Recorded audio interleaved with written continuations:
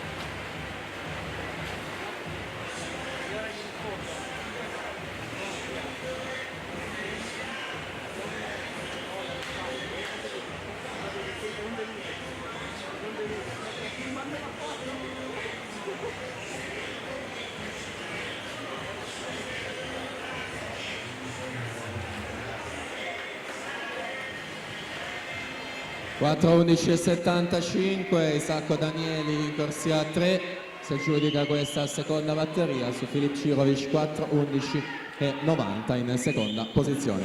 Quindi test di serie anche del settore maschile, ci siamo alla partenza, batteria 3.